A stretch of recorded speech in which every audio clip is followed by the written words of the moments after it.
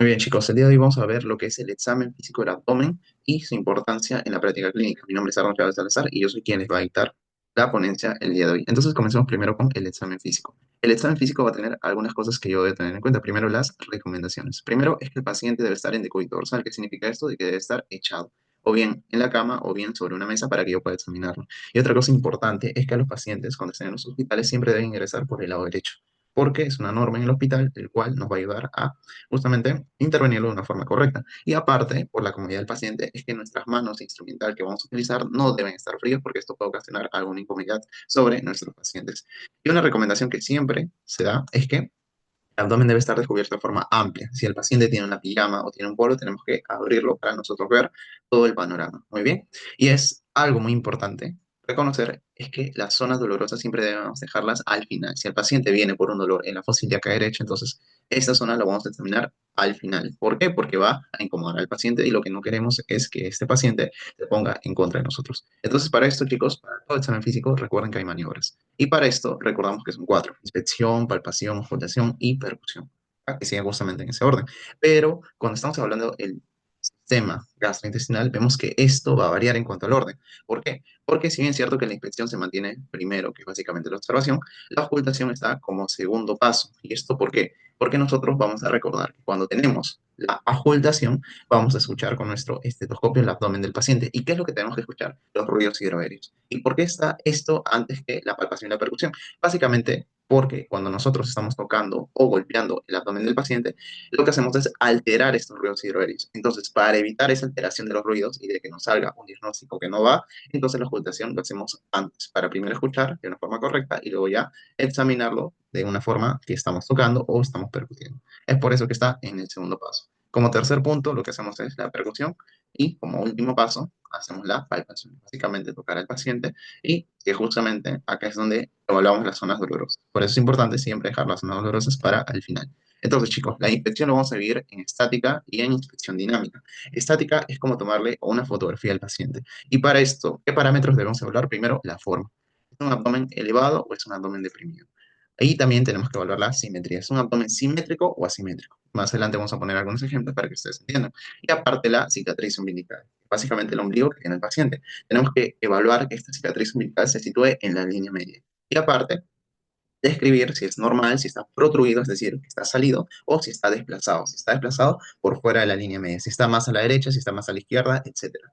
Y aparte tenemos que definir si hay lesiones térmicas. ¿A qué me refiero con esto? Básicamente, si hay cicatrices, si hay estrías, si hay circulación colateral. ¿Qué es una circulación colateral? Es cuando las venas crean otra vía accesoria porque hay un problema obstructivo de fondo.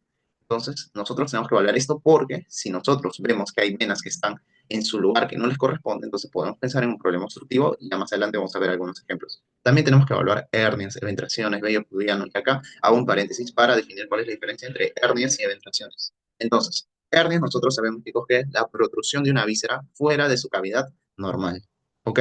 Y esto a través de un punto débil que nosotros lo tenemos anatómicamente ya establecido. En cambio, una eventración, chicos, es también la salida de una víscera fuera de su cavidad normal, pero la diferencia es que es por una herida quirúrgica previamente hecha. Entonces, para que se entienda, hernia es la salida de una víscera por un sitio normal, en cambio la eventración es la salida de una víscera también, pero por una herida quirúrgica previamente hecha. ¿Ok? También tenemos que hablar del vello pubiano, sobre todo cuando estamos hablando de problemas endocrinológicos, como oraciones, masas, equimosis. ¿Ok? Si hay hematomas, si hay riesgo de sangrado, etcétera. También tenemos que hablar que haya fístulas abdominales. ¿Qué es una fístula? Es la comunicación anormal entre dos órganos. También diástasis de los rectos y eventraciones nuevamente. ¿Okay? Ahora, en la inspección dinámica tenemos que considerar que es cuando el abdomen se está movilizando con la respiración. Entonces, lo normal es que ocurra esto, cuando el abdomen se moviliza con la respiración. ¿Cuál es lo normal? ¿Cuál es lo patológico? Cuando yo estoy observando que veo que el abdomen se está moviendo de forma brusca. Eso es porque el peristaltismo está aumentando. Entonces, ¿esto en qué me hace sospechar? En una obstrucción intestinal, porque en la obstrucción intestinal lo que tenemos es que el intestino está justamente tapado. Esto que va a ocasionar que el peristaltismo por encima del lugar de obstrucción sea aumentado y por debajo del lugar de obstrucción esté disminuido. Entonces, justamente cuando yo veo que está alterado, yo voy a pensar en una obstrucción intestinal. Muy bien. Y cuando yo veo que el abdomen no se mueve, que es un abdomen quieto, entonces podría pensar que hay un problema de irritación peritoneal, porque esto va a evitar que el paciente justamente lo mueva porque hay resistencia muscular. Entonces, ¿cómo lo colocamos en la historia clínica cuando es normal? Justamente lo ponemos a abdomen móvil con la respiración. Eso es lo normal, ¿ok?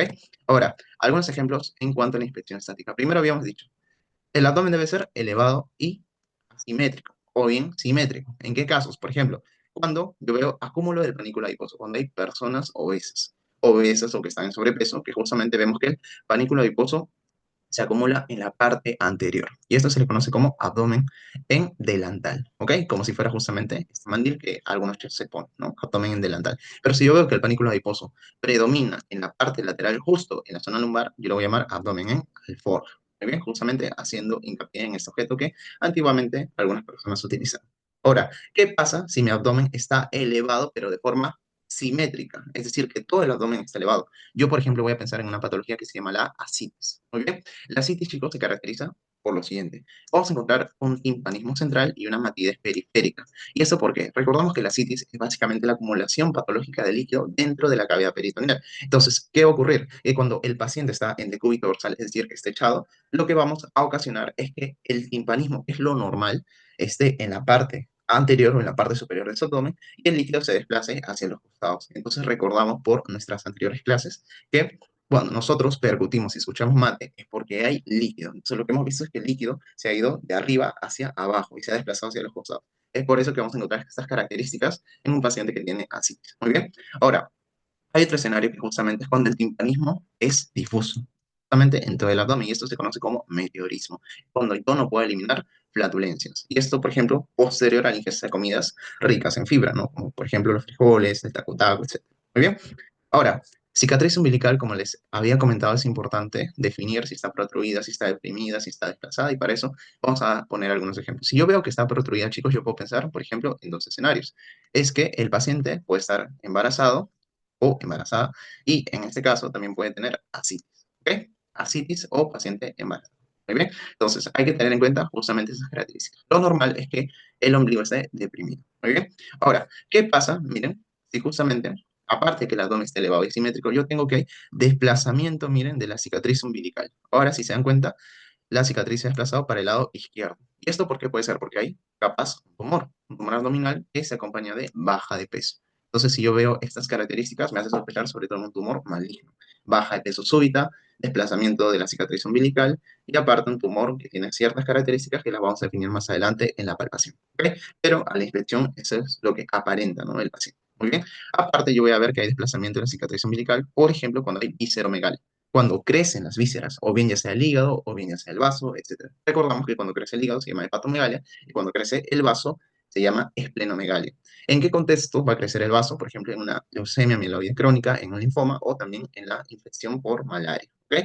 Entonces, acá en este caso ya les he puesto el hemangioma hepático, que es un tumor benigno, sobre todo, porque si ustedes comparan ambas imágenes, la diferencia es que un paciente, que es el paciente de la derecha, no tiene baja de peso de forma súbita, de forma exagerada, en comparación del paciente de la izquierda, que tiene una baja de peso bastante exagerada, bastante excesiva, ¿no es cierto? Entonces, esa es la diferencia en la inspección de un tumor benigno y un tumor maligno. ¿Ok?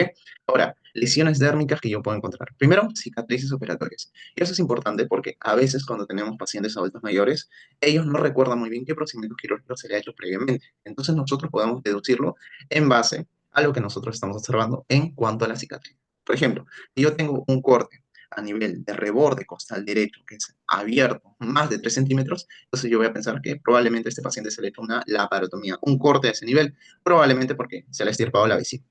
Ahora, si yo veo un corte que es menos de 1 centímetro, justamente delimitado una zona con la otra, entonces yo voy a pensar que probablemente se trate de una laparoscopía también de la vesícula biliar, pero justamente con otro tipo de técnica, ¿ok? Entonces, eso me hace deducir básicamente qué procedimiento quirúrgico probablemente se le ha hecho al paciente. ¿Ya? Ahora, equimosis. Equimosis es básicamente el hematoma cuando hay acumulación patológica de sangre. Entonces, acá vamos a ver dos signos que son muy importantes que ustedes lo recuerden. Primero, si tenemos equimosis periumbilical, nosotros justamente le vamos a llamar eso el signo de Cooley. ¿Y por qué ocurre esto? Porque ha habido un hematoma o una hemorragia retroperitoneal, porque una pancreatitis aguda se ha complicado. Entonces, ¿esto qué ha ocasionado? Recordamos que el páncreas es un órgano retroperitoneal, en su mayoría, ¿no? Entonces, lo que va a hacer es que justamente como se ha complicado, esa sangre se ha ido hacia adelante. ¿Y por qué? Porque justamente va a tener una cierta conexión con el ligamento redondo. Muy bien, y recordamos que el ligamento redondo justamente desemboca acá en el ombligo. Muy bien, y aparte tenemos también el signo de Grey Turner. Lo mismo, también ocurre por un hemorragia retroperitoneal por una pancreatitis aguda complicada. ¿Ok? Y lo que vamos a ver es que la diferencia del signo de Cullen con el signo de Grey Turner es que este último se ubica en los flancos, en las zonas laterales. A diferencia del Cullen que se ubica en la región periumbilical. ¿Ok? Ahora, en cuanto a la circulación colateral, tenemos lo siguiente. Como ya les había mencionado, la circulación colateral es una vía accesoria que las venas propiamente están creando para yo permitir el flujo venoso, para que la sangre siga fluyendo en cuanto a las venas. Entonces, justamente para eso yo creo la circulación colateral, pero vamos a ver que sigue diferentes orientaciones. Por ejemplo, si yo veo que hay circulación colateral que está rodeando justamente a mi ombligo, yo voy a ver que adapta la forma como si fuera la cabeza de una medusa. Entonces eso le llamo captus medusae. ¿Y eso cuando ocurre? Cuando hay una obstrucción en el sistema porto-cava, cuando la vena porta hepática se obstruye. Entonces, recordamos que esto ocurre por una hipertensión portal. Y el síndrome de hipertensión portal, chicos, tiene una triada. Tenemos edema, circulación colateral y aparte esplenomegalia. Entonces, recordemos esos tres signos y síntomas que me hacen sospechar en un síndrome de hipertensión portal. Ahora, cuando es un problema cava-cava, vamos a ver que la orientación de las venas que se han formado previamente por la circulación colateral es que van a tener un sentido vertical. Y no solamente eso, sino que no van a tocar el ombligo, sino que se van a la región lateral. Y si yo veo que las venas ya no tienen esta orientación que se ha descrito previamente y que tienen esta orientación ahora vertical, yo voy a sospechar en una obstrucción de la vena cava inferior, en otro tipo de vena, porque van a seguir otra orientación. ¿Muy bien? Ahora, las estrellas del abdomen son importantes. ¿Por qué? Porque de acuerdo al color, la localización, yo puedo ver si es algo fisiológico, como en el caso de pacientes embarazadas, o algo patológico, como es el caso del síndrome de Cushing. Por ejemplo, si yo veo estrellas en el abdomen, en el abdomen inferior, que son color rosado pálido, entonces esto me hace sospechar en un probable embarazo. Pero si yo lo veo de un color púrpura bastante tosco, bastante gruesas, entonces esto puede ser más que nada un síndrome de Cushing. ¿Ok? Entonces, el color y la localización son importantes para definir si es patológico o fisiológico. Ahora, ocultación. ¿Qué consideraciones debemos tener en cuenta? Primero, es que nosotros cuando ocultamos el abdomen vamos a escuchar los famosos ruidos hidroaéreos. ¿Ok? ¿Qué son los ruidos hidroaéreos? Son esos ruidos que hacen los intestinos cuando están haciendo el peristaltismo. Entonces, lo normal es que yo escuche de 5 a 12 ruidos por minuto. ¿Ok?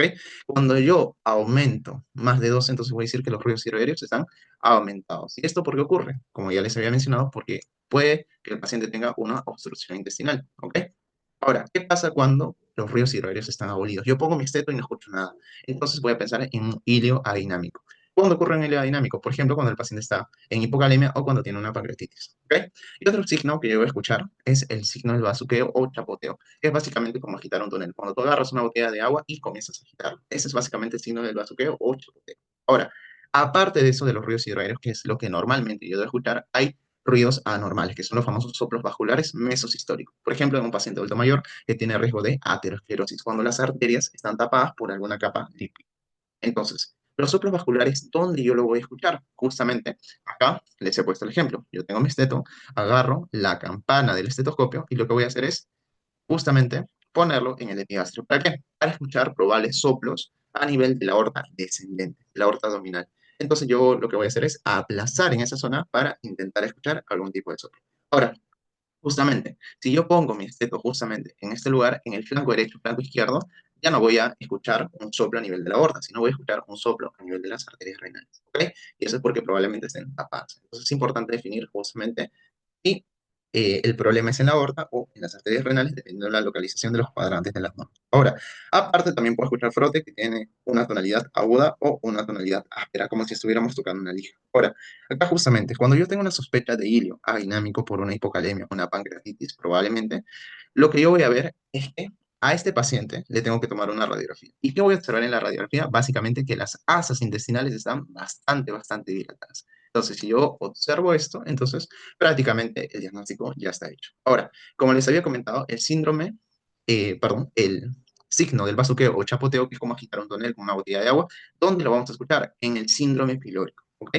El síndrome pilórico hace referencia a todo problema que está destruyendo el píloro, que es la parte terminal del estómago. Entonces, si yo veo, por ejemplo, algún tipo de neoplasia, un tumor o algo que esté justamente en ese lugar que no permita el pasaje del contenido gástrico hacia el duodeno, entonces me va a hacer sospechar un síndrome pilórico. ¿Y qué tengo que escuchar yo? Justamente el signo del vasoqueo o chapoteo. Pero es importante que el paciente tenga que estar en ayunas. ¿Por qué? Porque si yo veo que el paciente ya ha ingerido previamente alimentos, entonces yo voy a ver que probablemente estos alimentos que estén en el estómago estén sonando. Entonces, para evitar eso, entonces yo primero le escucho en el epigastrio, pongo mi esteto y voy a escuchar el signo del vasoqueo o chapoteo. Muy bien, porque estoy sospechando un probable síndrome pilórico. Ahora, la percusión, muchachos. Acá justamente vamos a hacer hincapié en algo, en el famoso espacio de Traube. Y vamos a recordar qué significa el espacio de Traube según anatomía. Primero recordamos que acá está el estómago. Muy bien. El estómago, chicos, anatómicamente está distribuido entre el quinto espacio intercostal izquierdo, décimo espacio intercostal izquierdo y décimo espacio intercostal derecho. Muy bien. Esa es la forma y la proyección del estómago a nivel del tórax y del abdomen. Muy bien. Entonces, lo que yo voy a tener es lo siguiente, que justamente acá en el hipocondrio izquierdo recordamos que hay justamente un órgano que se llama el vaso. ¿Ok? El vaso. Entonces, el vaso, acuérdense que es una víscera sólida. ¿Qué quiere decir una víscera sólida? Que adentro de este órgano hay contenido parenquimatoso, contenido celular. En cambio, el estómago es una víscera hueca. ¿Por qué hueca? Porque adentro no hay nada. Adentro solamente hay, entre comillas, aire, pero sabemos obviamente que está pasando por ahí el alimento.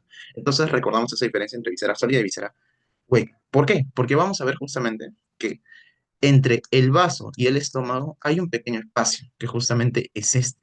Este espacio, chicos, se llama el espacio de Traube. ¿Y por qué es importante definir? Porque este espacio de Traube, en condiciones normales, ¿cómo yo lo voy a escuchar? Timpánico, ¿ok? Timpánico. O sea, cuando yo percute y golpea, voy a escuchar timpánico. Pero cuando este espacio de Traube yo lo voy a escuchar patológico, cuando sea mate. ¿Esto por qué ocurre? Miren, si el vaso se ubica justamente acá, en el hipocondrio izquierdo, ¿qué pasa si este vaso comienza a incrementar de tamaño? Entonces vamos a tener una esplenomegalia y vamos a ver que va a crecer, crecer bastante, a tal punto que va a ocupar el espacio de Traube. Y como sabemos, el espacio de Traube justamente es timpánico, pero ahora está ocupado por el vaso, porque hay una esplenomegalia.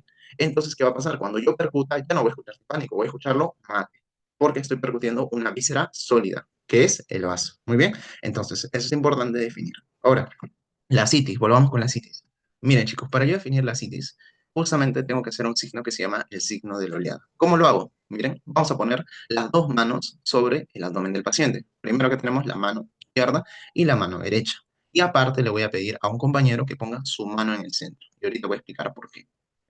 Primero, una vez que yo he puesto ambas manos a los lados del paciente, lo que voy a hacer es percutir. Percutir con mi mano derecha o con mi mano izquierda, dependiendo la región que estoy justamente tocando, ¿ok? Voy a comenzar a percutir y voy a dar pequeños golpecitos. ¿Esto qué va a hacer? Que justamente se genere como una marea que yo la tengo que percibir con la mano contralateral, en este caso con mi mano izquierda.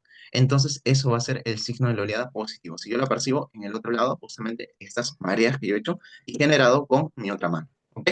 Ahora, ¿por qué yo coloco la mano de mi acompañante en el centro? Para evitar que se confunda con el sonido y el movimiento que hace el panículo adiposo, la grasa del paciente. Entonces, para evitar y confundir de que lo que esté tocando yo sea efectivamente agua que está dentro del abdomen de el panículo adiposo propio del paciente, entonces pongo la mano en el centro para delimitar ambos contenidos, ¿ok? Entonces, ese es el famoso signo de la oleada.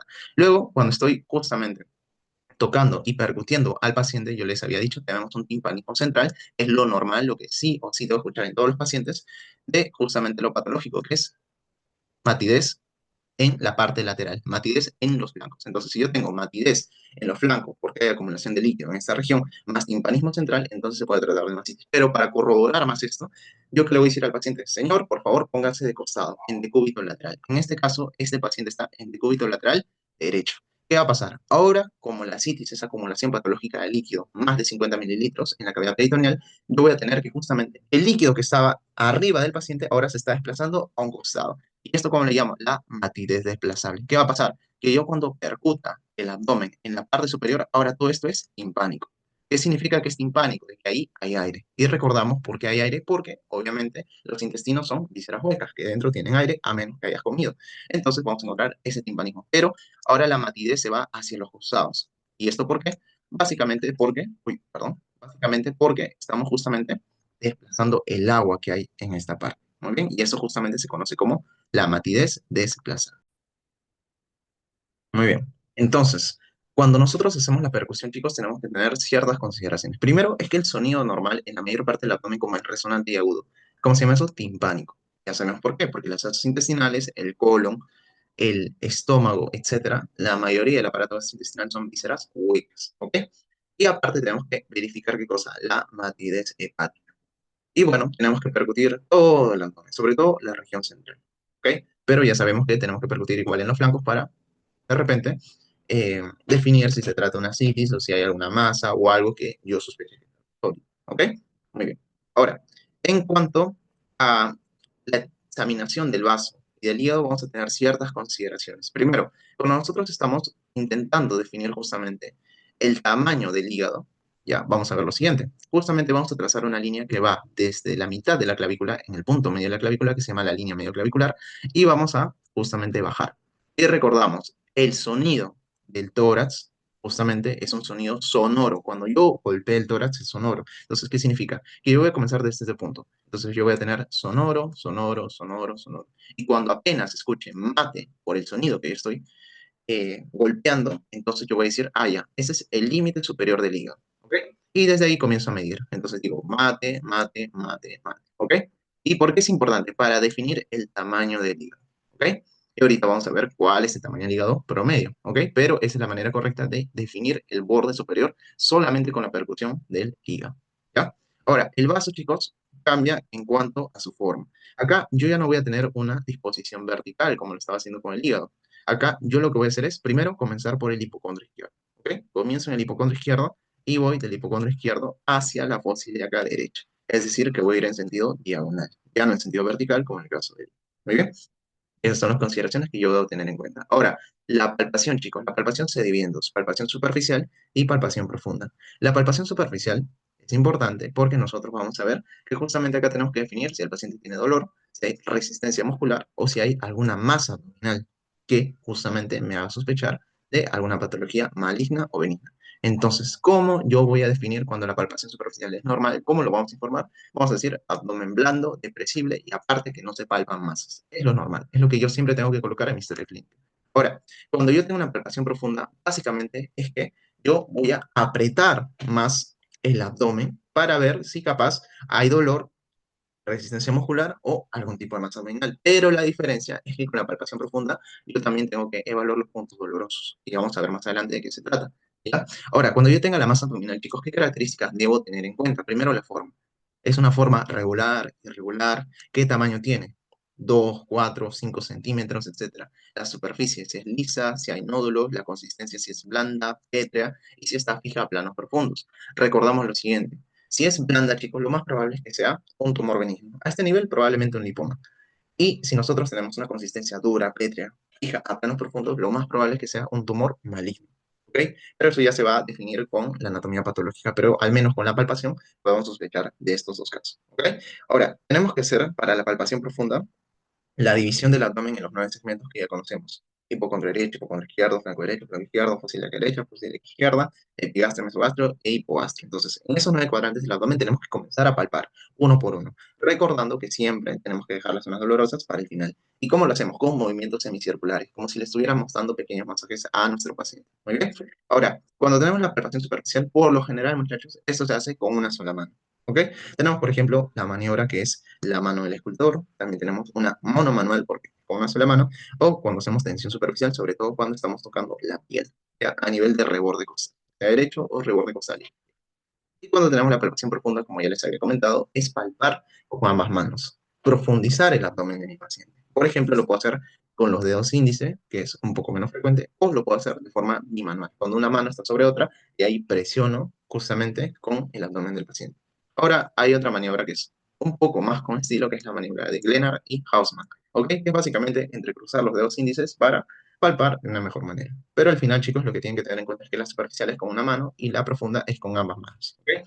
Ahora, cuando tenemos la palpación, chicos, importante, como les había comentado, tenemos que justamente definir ambos bordes del hígado. El borde superior por medio de la percusión. Apenas yo escucho mate, ahí planto mi punto de inicio en cuanto al tamaño del hígado. ¿Y cómo defino el borde inferior? Justamente tenemos que definirlo con la palpación. Le voy a decir al paciente, señor, tome aire, inspire. Entonces, cuando inspiramos, vemos que el diafragma se eleva y lo que va a hacer es que justamente el hígado se vuelve más vulnerable, se expone más hacia el abdomen. Entonces lo que voy a hacer es cuando el paciente inspire, voy a intentar palpar el borde inferior del hígado, justamente tocando a este nivel, en el reborde costal derecho. Entonces ahí yo voy a definir el borde inferior del hígado. Entonces acá yo voy a medir a mi hígado. Lo normal es que este hígado mida de 8 a 9 centímetros aproximadamente. Si yo veo que mide más de 9 centímetros o más de 10 centímetros, entonces yo voy a decir que el paciente tiene una hepatomegalia.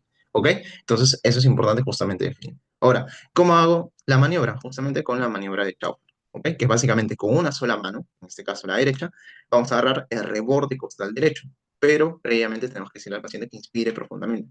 Y aparte, con la mano izquierda vamos a tocar el tórax en la parte posterior. Y justamente eso es lo que vamos a intentar palpar. ¿Ok?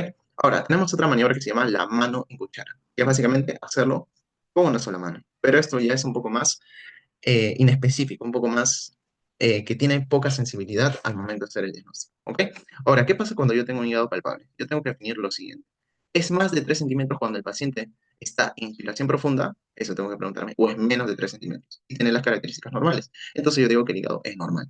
Pero si yo veo que es más de 3 centímetros, tengo que definir lo siguiente. Cuando yo toco ese hígado es reductible, ¿qué significa? Que vuelve a su lugar de inicio. ¿Es reductible o es irreductible? En caso es reductible, entonces es un hígado basculado. ¿Ok? Es un hígado basculado. Pero si yo veo que no es reductible y no regresa a su celda normal, entonces yo voy a definirlo como hepatomegalia. ¿Ok? Y ahora, el hígado, chicos, puede crecer en un solo lugar, en un solo segmento, en un solo lóbulo, o puede crecer en todo su tamaño. Entonces, yo veo que crece solamente en un solo segmento, entonces yo lo voy a llamar hepatomegalia, pero localizada. Por ejemplo, puede ser un cáncer, algún quiste o algún absceso. Recuerden que los abscesos siempre se acompañan de fiebre, ¿ok? Pero si yo veo que es un crecimiento difuso, es decir, que todo el hígado está creciendo, entonces yo tengo que definir lo siguiente: la consistencia, el dolor, el borde y la superficie. La consistencia, si la consistencia está disminuida, hígado graso. Si está aumentada, por ejemplo, cirrosis, por ejemplo, puede ser algún tipo de infiltración, insuficiencia cardíaca alergia, etcétera, ¿ok? Y ahora, importante, si el paciente tiene dolor o no. Si tiene dolor, también podemos sospechar en un problema congestivo, insuficiencia cardíaca derecha, hepatitis aguda o colestasis aguda también. Y los bordes, y eso es importante. Si yo veo que los bordes es en romo o es filoso. Si es filoso, chicos, cirrosis. Si es en romo, entonces insuficiencia cardíaca derecha. ¿Ok? Tan solo tocando el borde inferior del hígado, chicos, yo ya puedo definir muchas características y de lo que probablemente se pueda tratar. Por eso es que justamente ese esquema les va a ayudar un montón. ¿Ok? Ahora, el vaso, chicos, como les dije, se comienza a palpar y percutir desde el hipocondrio izquierdo hasta la fosa ilíaca derecha. ¿Ok? Ahora, es una palpación profunda y bimanual. En el caso de palpación tenemos que hacer esto. Miren, primero le decimos al paciente que se debe poner en decúbito lateral derecho. ¿Para qué? Para que el vaso se exponga más hacia nosotros. Entonces acá vamos a aplicar la maniobra de Merlo. La maniobra de Merlo es básicamente tratar de palpar el vaso justamente en el reborde costal izquierdo, ¿ok? Con nuestros índices y nuestros dedos, ¿ok? Y apoyándonos de la otra mano contra el lateral. Ahora, acá hay maniobras especiales que tenemos que tener en cuenta. Tenemos la maniobra de Bloomberg y la maniobra de vasoqueo gástrico, que ya les había comentado un poco de qué se trata. La maniobra de Bloomberg, que es súper importante que sepamos cómo hacerla, es cuando nosotros agarramos, presionamos profundamente el abdomen del paciente y los, ¿ok? Y si el paciente posterior a que yo he sacado mi mano se queja del dolor, entonces es Bloomberg positivo. O también se llama la prueba del rebote positivo. ¿Qué significa? ¿Cómo lo interpretamos? Que hay irritación peritoneal, ¿ok? Irritación peritoneal producto de algo que sea complicado. Una apendicitis aguda complicada, alguna perforación de alguna víscera, etc. La cosa es que el peritoneo sea irritado. ¿Ok? Ahora, la maniobra de vasoqueo gástrico. ¿Cómo lo hacemos? Cuando, por ejemplo, agarramos y comenzamos a palpar en el epigastrio del paciente. Y vamos a sentir cómo se mueve justamente como si fueran ondas, como si fuera un líquido que está dentro de esta cavidad que se está moviendo. ¿Ok? Y vamos a ver que es positivo cuando en ayunas. Y podemos sospechar sobre todo en un síndrome pilórico que ya lo hemos explicado. Y por último, chicos, tenemos a los puntos dolorosos. ¿Cómo definimos los puntos dolorosos? Primero es que hay un montón. ¿Ok? Hay muchos puntos dolorosos y ustedes tienen que saber cuáles son los más importantes. Entonces, acá, primero, nuestro gran punto de referencia siempre va a ser el ombligo. Yo lo que voy a hacer es del ombligo trazar una línea hacia la espina y la cantero superior. Recordamos en anatomía que es básicamente parte del hueso costal. ¿Ok? Entonces vamos a encontrar esa protuberancia que se llama la espina y la cantero superior del lado derecho. Entonces, una vez que trazo esa línea, lo que voy a trazar es puntos. ¿Ok? Voy a hacer que esa línea se divida en tres. ¿Ok? Tercio medial, tercio medio y tercio lateral. Ahora, en la intersección de todas esas líneas, yo lo que voy a hacer es justamente poner nombre y apellido a esos puntos. Si yo veo que hay una intersección entre el tercio medio y el tercio lateral, a ese punto yo le voy a llamar el punto de McBurney. Y es importante para definir que se trate de una apendicitis aguda. ¿Ok? Ahora, si yo trazo un punto entre el tercio medial y el tercio medio, yo le voy a llamar a ese punto el punto de Morris. ¿Ok? El punto de Morris que también te hace sospechar de una apendicitis aguda, solamente que de localizar. Ahora, también tengo, chicos, acá, entre la espina ilíaca anterior superior derecha y la espina ilíaca anterior superior izquierda, voy a definir un punto que justamente se llama el punto de Lanz, ¿ok? Justamente cuando yo divido a esta línea en tres, ¿ok?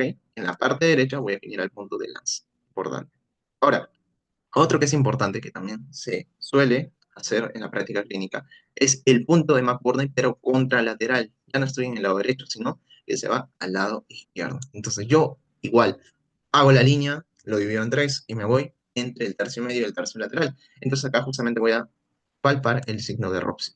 Y esto en que te hace sospechar también en una apendicitis aguda. ¿Ok?